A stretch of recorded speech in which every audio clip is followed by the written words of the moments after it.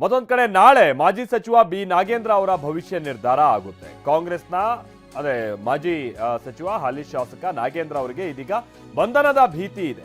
ಯಾಕಂತ ಅಂದ್ರೆ ಮಹರ್ಷಿ ವಾಲ್ಮೀಕಿ ನಿಗಮದ ಹಗರಣಕ್ಕೆ ಸಂಬಂಧಪಟ್ಟ ಹಾಗಿನ ಹಿಂದೆ ಆದಂತ ಸ್ಕ್ಯಾಮು, ಅದಕ್ಕೆ ಸಂಬಂಧಪಟ್ಟಾಗಿನ ಗೊಂದಲ ಏನೇನಾಗಿದೆ ಅನ್ನೋದು ನಿಮ್ಗೆ ಗೊತ್ತಿದೆ. ಸೊ ಈಗ ವಿಚಾರ ಏನು ಅಂತ ಅಂದ್ರೆ, ಈಗ ಯಾಕೆ ನಾವು ಬಂಧನದ ಭೀತಿ ಅಂತ ಹೇಳ್ತಾ ಇದ್ದೀವಿ ಅಂದ್ರೆ, ನಿರೀಕ್ಷಣಾ ಜಾಮೀನಿಗನ್ನ ಕೋರಿದ್ರು ಬಿ ನಾಗೇಂದ್ರ ಅವರು. ಸೊ ನಾಳೆಗೆ ಆದೇಶವನ್ನ ಜನಪ್ರತಿನಿಧಿಗಳ ವಿಶೇಷ ಕೋರ್ಟ್ ಕಾಯ್ದಿರಿಸಿದೆ ಅನ್ನುವಂಥ ವಿಚಾರ ತಿಳಿದು ಬರ್ತಾ ಇದೆ. ಈಗ ಆಲ್ರೆಡಿ CBI ಅಧಿಕಾರಿಗಳು ಕೂಡ ಇದಕ್ಕೆ ಸಂಬಂಧಪಟ್ಟಾಗಿನ ತನಿಖೆಯನ್ನ ನಡೆಸ್ತಾ ಇದ್ದಾರೆ. ಆಮೇಲೆ ಇಡಿ ಮೇಲಿನ ಮೇಲೆ ಇದಕ್ಕೆ ಸಂಬಂಧಪಟ್ಟಾಗಿನ ವಿಚಾರಣೆಯನ್ನ ನಡೆಸ್ತಾ ಇದೆ.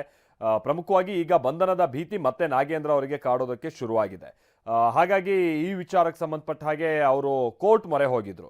ಈಗ ಆಲ್ರೆಡಿ ಬಹಳ ದಿನಗಳ ಕಾಲ ಜೈಲಲ್ಲಿ ಬಂದಿದ್ದಾರೆ ನಾಗೇಂದ್ರ ಅವರು. ಮತ್ತೊಮ್ಮೆ ಬಂಧನದ ಭೀತಿ ಇರುವಂತ ಕಾರಣಕ್ಕಾಗಿ ಕೋರ್ಟ್ ಮೊರೆ ಹೋಗಿರ್ತಾರೆ, ನನಗೆ ನಿರೀಕ್ಷಣಾ ಜಾಮೀನು ಸಿಗಬೇಕು ಅನ್ನುವಂಥ ನಿಟ್ಟಿನಲ್ಲಿ. ಬಟ್ ಕೋರ್ಟ್ ಇದಕ್ಕೆ ಸಂಬಂಧಪಟ್ಟ ಹಾಗಿನ ವಿಚಾರಣೆಯನ್ನ ನಡೆಸಿ ನಾಳೆ ಆದೇಶವನ್ನ ಕಾಯ್ದಿರಿಸಿದೆ. ಅಕಸ್ಮಾತ್ ಎಗೈನ್ ಏನಾದರೂ ಆಂಟಿಸಿಪೇಟರಿ ಬೇಲು ಕ್ಯಾನ್ಸಲ್ ಆದರೆ ಅಥವಾ ಇವರ ಅರ್ಜಿ ವಜಾ ಆದರೆ ಇವರಿಗೆ ಬಂಧನದ ಭೀತಿ ಮುಂದುವರಿಯುತ್ತೆ.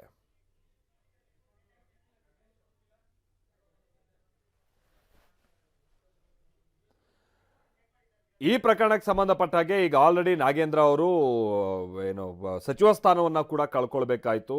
ಜೈಲಿಗೆ ಹೋಗಿ ಬಹಳ ದಿನಗಳ ಕಾಲ ಕಳಿಬೇಕಾದಂಥ ಸನ್ನಿವೇಶ ಬಂತು.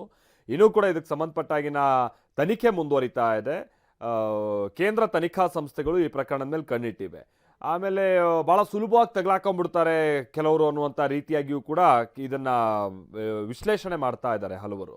ಹಾಗಾಗಿ ನಾಗೇಂದ್ರ ಅವರಿಗೆ ಮತ್ತೆ ಇದಕ್ಕೆ ಸಂಬಂಧಪಟ್ಟಾಗೆ ಸಂಕಷ್ಟ ಇದ್ದೇ ಇದೆ.